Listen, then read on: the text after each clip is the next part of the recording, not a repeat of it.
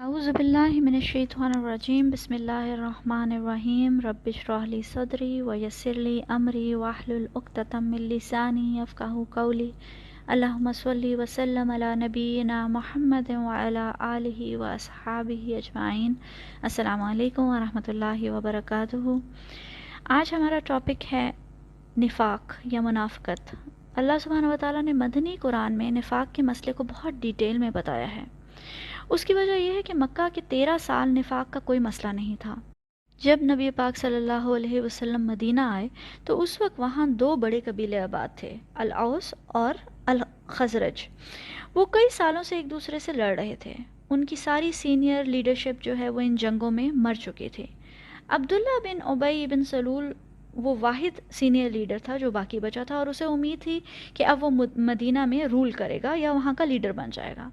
نبی پاک صلی اللہ علیہ وسلم کی ہجرت کی وجہ سے اس کے یہ سارے خواب مٹی میں مل گئے، اور کیونکہ اب مدینہ کی میجورٹی مسلمان ہو چکی تھی اور حضور پاک صلی اللہ علیہ وسلم کو اپنا لیڈر مانتی تھی۔ شروع میں تو عبداللہ ابن ابی ابن سلول اور اس جیسے بہت سارے دوسرے لوگ جو اسلام سے نفرت کرتے تھے وہ مشرک ہی رہے، لیکن جنگ بدر میں مسلمانوں کی کامیابی کے بعد یہ بات واضح ہو گئی کہ مسلمان ایک اب بہت سٹرونگ فورس بن چکے ہیں عرب پیننسلا میں۔ اس بات کو دیکھتے ہوئے انہوں نے بادل نخواستہ اسلام قبول کر لیا اور شہادہ کہہ دی، لیکن وہ اسلام قبول کرنے کے باوجود بھی اسلام سے نفرت کرتے رہے اور اندر ہی اندر مومنین کی جڑیں کاٹنے کی کوشش کرتے رہے۔ کبھی یہودیوں کے ساتھ مل جاتے تو کبھی قریش کے ساتھ مل جاتے۔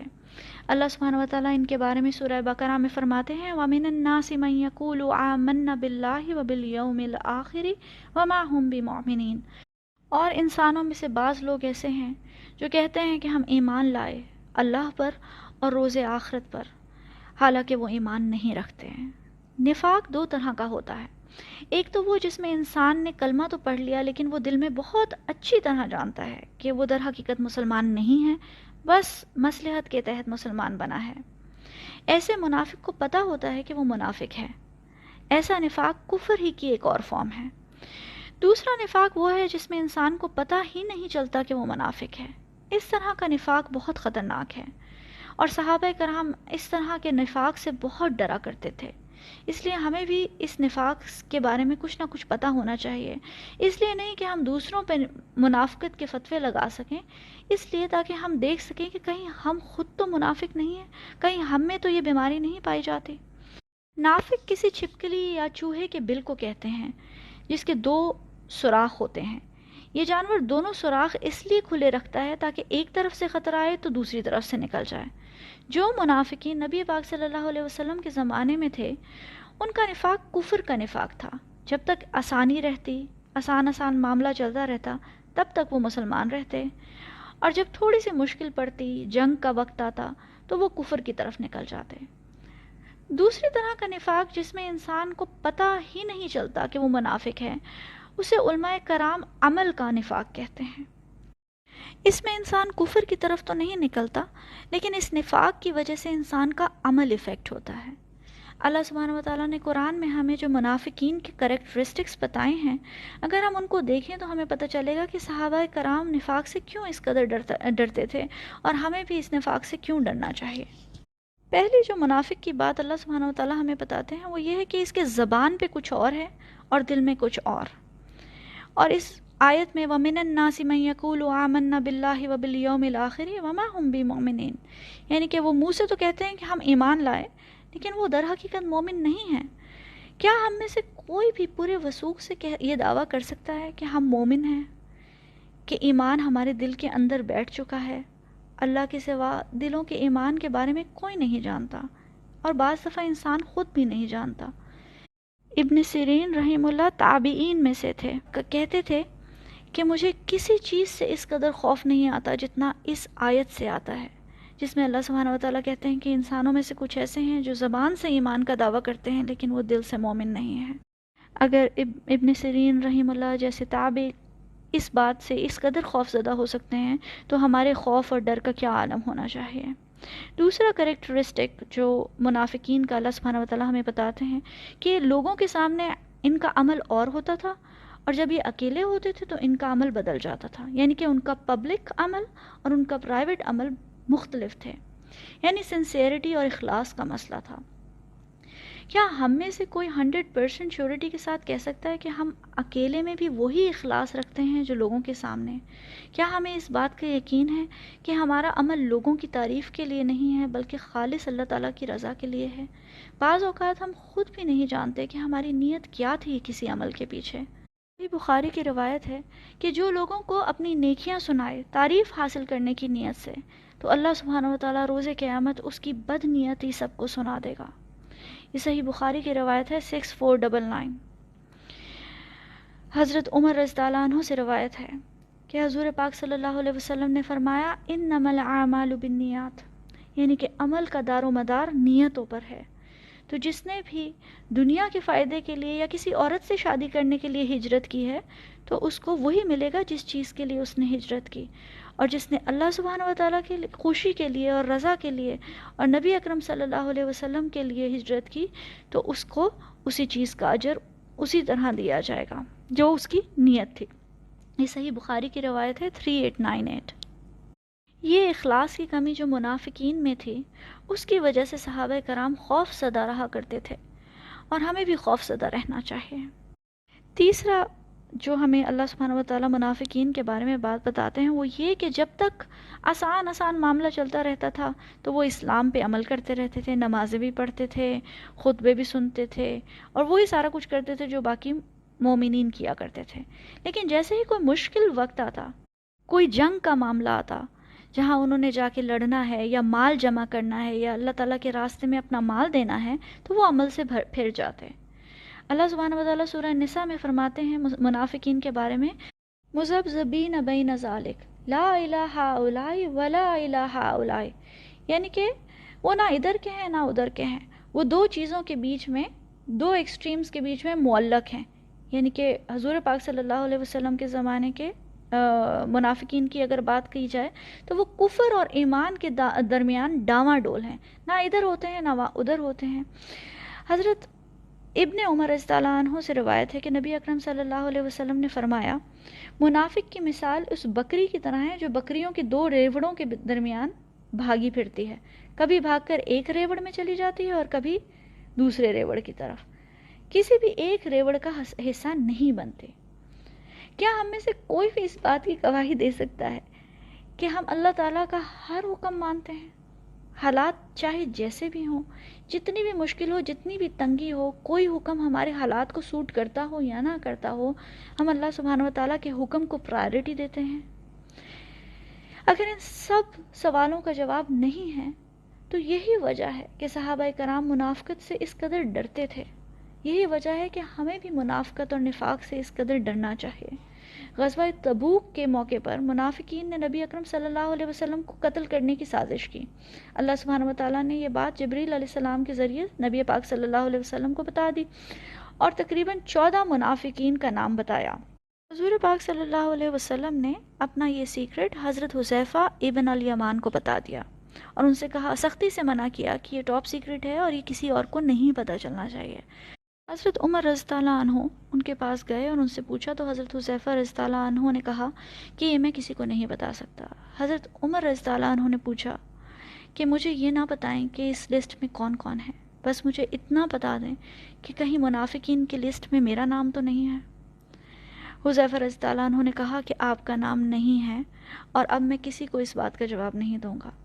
یعنی کہ انہیں پتا تھا کہ بہت سارے صحابہ یہ سوچ رہے ہیں کہ کہیں ان کا نام بھی اس لسٹ میں نہ ہو، تو یہ نہ ہو کہ تھوڑی دیر میں حضرت حذیفہ کے پاس لائن لگ جائے صحابہ کرام کی یہ پوچھنے کے لیے کہ کہیں ان کا نام نہیں ہے۔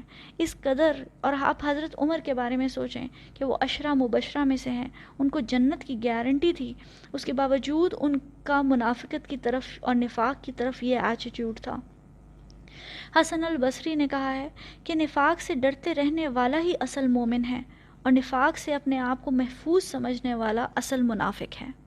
صحیح بخاری کی روایت ہے کہ حذیفہ بن الیمان، وہی صحابی رضی اللہ عنہ جنہوں کو حضور پاک صلی اللہ علیہ وسلم نے منافقین کی لسٹ دی تھی، وہ حضور پاک صلی اللہ علیہ وسلم کے بعد کے زمانے کی بات کرتے ہوئے کہتے ہیں کہ آج کل کے منافق نبی اکرم صلی اللہ علیہ وسلم کے زمانے کے منافقین سے بدتر ہیں۔ اس کی وجہ یہ ہے کہ اس وقت تو وہ اللہ اور رسول کی نافرمانی کو چھپایا کرتے تھے، اور آج اس کا کھلا اظہار کر رہے ہیں۔ یہ صحیح بخاری کی روایت ہے 7113۔ ایک سلف تھے ابن ابی ملیکہ، وہ کہتے تھے کہ میں 30 سے زیادہ صحابہ کرام سے ملا اور ان میں سے ہر ایک کو نفاق میں پڑنے کا ڈر تھا، اور وہ کسی عام صحابہ کرام سے نہیں ملے تھے۔ اگر ہم ان کی لسٹ دیکھیں جن 30 صحابہ کرام کا انہوں نے ذکر کیا ہے، ان میں حضرت علی رضی اللہ عنہ ہیں، سعد ابن ابی وقاص، حضرت عائشہ اور ان کی بہن اسما، ام سلمہ، ابو ہریرہ، پھر 4 عبداللہ ابن مسعود، عبداللہ ابن زبیر، عبداللہ ابن عمر، عبداللہ ابن عباس۔ یہ لوگ ہیں جو منافق ہونے سے ڈرتے تھے، تو پھر ہمارا کیا حال ہونا چاہیے؟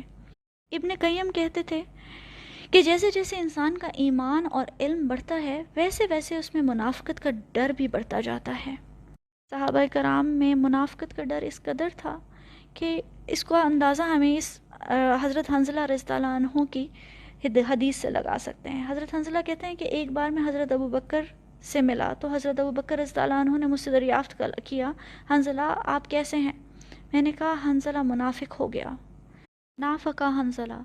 حضرت ابو بکر نے کہا سبحان اللہ، تم کیا کہہ رہے ہو؟ انہوں نے کہا کہ جب ہم رسول اللہ صلی اللہ علیہ وسلم کی خدمت میں حاضر ہوتے ہیں اور آپ ہمیں جنت اور دوزخ کی یاد دلاتے ہیں تو ہمیں ایسے لگنا شروع ہو جاتا ہے جیسے ہم جنت اور دوزخ کو اپنی آنکھوں سے دیکھ سکتے ہیں، یعنی کہ ہمارے ایمان اتنا بڑھ جاتا ہے۔ پھر جب ہم رسول اللہ صلی اللہ علیہ وسلم کے پاس سے دور جاتے ہیں، اپنے گھروں کو جاتے ہیں، تو ہم اپنی بیویوں، بچوں اور کھیتی باڑی اور دوسرے کام کاج کو سنبھالنے لگ جاتے ہیں اور بہت سی چیزیں بھلا دیتے ہیں۔ حضرت ابو بکر رضی اللہ عنہ نے کہا اللہ کی قسم یہی کچھ مسئلہ مجھے بھی درپیش ہے۔ پھر حضرت حنظلہ اور حضرت ابو بکر حضور پاک صلی اللہ علیہ وسلم کی خدمت میں حاضر ہوئے۔ حضرت حنظلہ کہتے ہیں کہ میں نے عرض کیا اللہ کے رسول صلی اللہ علیہ وسلم، نافقہ حنظلہ یا رسول اللہ، حنظلہ منافق ہو گیا۔ رسول اللہ صلی اللہ علیہ وسلم نے پوچھا کہ کیا مطلب؟ تو انہوں نے وہی بات عرض کی کہ جب ہم آپ کے پاس ہوتے ہیں تو ہمارا ایمان بہت زیادہ ہوتا ہے، اور جب ہم واپس جاتے ہیں تو گھر میں، بچوں میں، کام کاج میں مصروف ہو جاتے ہیں اور بہت ساری چیزیں بھول جاتے ہیں۔ تو آپ صلی اللہ علیہ وسلم نے 3 بار فرمایا کہ اس ذات کی قسم جس کے ہاتھ میں میری جان ہے، اگر تم ہمیشہ اسی کیفیت میں رہو جس میں میرے پاس ہوتے ہو اور ذکر میں لگے رہو تو تمہارے بچھونوں میں اور تمہارے راستوں میں فرشتے آ کر تمہارے ساتھ مصافحہ کریں گے۔ لیکن اے حنظلہ، کوئی گھڑی کسی کام کی ہوتی ہے اور کوئی گھڑی کسی اور طرح کی، یعنی کہ انسان کا ایمان اوپر نیچے جاتا رہتا ہے۔ اس کو نفاق یا منافقت نہیں کہتے۔ یہ صحیح مسلم کی روایت ہے 2750۔ اس سے ہمیں یہ پتہ چلتا ہے کہ دنیا کے کاموں میں مصروف ہونا یا دنیا میں اپنی رسپانسبلٹیز پوری کرنا جو ہے وہ نفاق نہیں ہے، لیکن اگر یہ رسپانسبلٹیز آپ کو اللہ تعالیٰ کی نافرمانی پہ اکسائیں یا پھر اللہ سبحانہ و تعالیٰ کے راستے سے دور لے جائیں تو پھر یہ خطرے کی بات ہو سکتی ہے۔ اللہ سبحانہ و تعالیٰ فرماتے ہیں کہ کیا وجہ ہے کہ یہ لوگ منافقت کرتے ہیں؟ اللہ تعالیٰ کہتے ہیں فی قلوبہم مرض، ان کے دل میں بیماری ہے۔ آخر دل میں کیا بیماری ہے جس کی وجہ سے انسان نفاق میں پڑ جاتا ہے؟ سب سے بڑی بیماری پرائرٹیز کی، ترجیحات کی بیماری ہے۔ ایک انسان کا دل اس طرح ڈیزائن کیا گیا ہے کہ اس میں سب سے اوپر اللہ سبحانہ و تعالیٰ کو ہونا چاہیے، اور پھر اللہ سبحانہ و تعالیٰ کے نبی صلی اللہ علیہ وسلم کی جگہ ہونی چاہیے، اور اس کے بعد آپ اپنی دنیا کی چیزوں کو، دنیا کی محبتوں کو جیسے چاہے پرائرٹائز کریں، جیسے چاہے ترجیح دیں اپنے دل میں۔ جب بھی یہ بیلنس آؤٹ ہو جاتا ہے تو دل میں مرض پیدا ہو جاتا ہے، دل مریض ہو جاتا ہے۔ ان لوگوں کا سب سے بڑا مسئلہ منافقین کا یہی تھا کہ دنیا کی محبت اللہ کی محبت سے زیادہ تھی۔ اس وقت کے منافقین اپنے مال اور اپنی جان کو زیادہ محبوب سمجھتے تھے۔ عبداللہ بن ابی بن سلول کے نفاق کی سب سے بڑی وجہ یہی تھی کہ وہ مدینہ کا لیڈر خود بننا چاہتا تھا۔ عمل میں اخلاص کا مسئلہ کب پیدا ہوتا ہے؟ اگر کوئی انسان اپنے قول اور فعل سے لوگوں کو امپریس کرنا چاہتا ہے تو اس کی کیا وجہ ہے؟ اسے دنیا کی تعریف اللہ سبحانہ و تعالیٰ کی خوشنودی سے زیادہ پیاری ہے۔ جب دنیا کی چیزیں، دنیا کی تعریف، دنیا کی اپریسیشن اللہ تعالیٰ کی خوشنودی سے بڑھ جائے تو پھر یہ منافقت کی لائن پہ ہم چل پڑتے ہیں، اور تب اخلاص کا مسئلہ پیدا ہو جاتا ہے۔ جب تک اللہ تعالیٰ کے احکامات ہماری ترجیحات اور پرائرٹیز کے ساتھ میچ کرتے ہیں تب تک تو ہم اللہ تعالیٰ کے راستے پہ چلتے رہتے ہیں، اور جیسے ہی اللہ کا کوئی حکم ہماری خواہشات کے اگینسٹ چلا جائے تو اس وقت ہم بل کے دوسرے سوراخ سے نکل جاتے ہیں. ہماری زندگیوں میں کوئی بھی چیز اللہ کی محبت اور اللہ کی اوبیڈینس سے زیادہ امپورٹنٹ ہے تو اس کا اثر ہمارے عمل میں نظر آنا شروع ہو جاتا ہے. اس لیے علماء نے اس مائنر نفاق کو عمل کا نفاق کہا ہے. جو چیزیں ہمیں سوٹ کرتی ہیں، کنوینینٹ ہیں، آسانی سے مانی جا سکتی ہیں، وہاں تک تو اللہ کا حکم ہم مان لیتے ہیں. اور جب تھوڑا سا مشکل ہو، تھوڑا سا ہمیں اپنے کمفرٹ زون سے باہر جانا پڑے، کوئی چیز کی ہمیں قربانی دینی پڑے، تو پھر ہم طرح طرح کے بہانے بنانے شروع کر دیتے ہیں کہ آج کل کا زمانہ اور ہے، وہ زمانہ اور تھا، حضور پاک صلی اللہ علیہ وسلم کا زمانہ صحیح اور تھا، اس وقت اور نارمز تھے. یا پھر ہم کہتے ہیں یہ صرف اس زمانے کے لیے حدیث آئی تھی، اور پھر ہم یہ باتیں کرنا شروع کر دیتے ہیں کہ پتہ نہیں حدیث ٹھیک ہے یا نہیں ہے. یعنی کہ طرح طرح کے بہانے ہوتے ہیں جس سے ہم کوشش کرتے ہیں کہ ہم بل کی دوسری سائڈ سے نکلنے کی کوشش کریں، اور اسی کو نفاق کہتے ہیں. یہ ہے اصل دل کی بیماری. 3 طرح کے دل علماء کرام نے بتائے ہیں. ایک تو قلب سلیم ہے جس میں پرائرٹیز، ترجیحات، محبتیں اپنی اپنی جگہ پر ہیں، جیسے اللہ تعالیٰ کی جو جگہ دل میں ہونی چاہیے، جیسے اللہ تعالیٰ نے فطرت بنا کے بھیجی تھی، فطرت سلیم تھی، قلب میں سب سے اوپر محبت اللہ تعالیٰ کی تھی. اس انسان کا دل ابھی تک ویسا ہی ہے، قلب سلیم. اور قلب مریض وہ ہے جو 2 حالتوں کے درمیان دل ہے، نہ ادھر کا ہے نہ ادھر کا ہے. کبھی ایمان کی طرف دوڑتا ہے تو کبھی کفر کی طرف، کبھی دین کی طرف دوڑتا ہے تو کبھی دنیا کی طرف. اور قلب میت تیسری طرح کا دل ہے جو پوری طرح سے دنیا میں ڈوب چکا ہے اور اسے اب آخرت کی کوئی اویئرنیس نہیں ہے.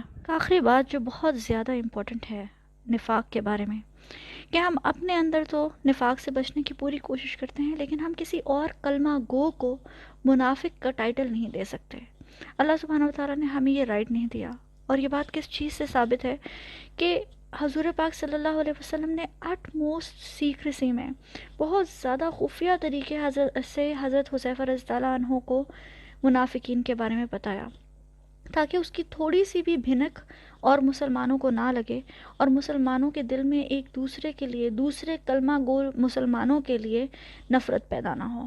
تو یہ ایک بہت امپورٹنٹ چیز ہے. یہاں تک کہ یہ چیز ہمیشہ حضرت حذیفہ رضی اللہ عنہ نے سیکرٹ رکھی. حضرت عمر رضی اللہ عنہ کہتے تھے کہ مجھے اس بات کا کبھی بھی پتہ نہیں چلا کہ کون وہ منافقین تھے، بس میں جنازے کے وقت دیکھتا تھا کہ اگر حذیفہ جنازے کے وقت موجود ہیں تو وہ شخص منافق نہیں تھا، اور اگر حذیفہ مجھے کسی شخص کے جنازے کے وقت نہیں ملتے تھے تو اس کا مطلب کہ یہ منافق تھا، اور پھر میں اس کی نماز جنازہ نہیں پڑھا کرتا تھا. تو یہ چیز اتنی سیکرٹ رکھی گئی اس لیے کہ ہم ایک دوسرے کے اوپر انگلی نہیں اٹھا سکتے.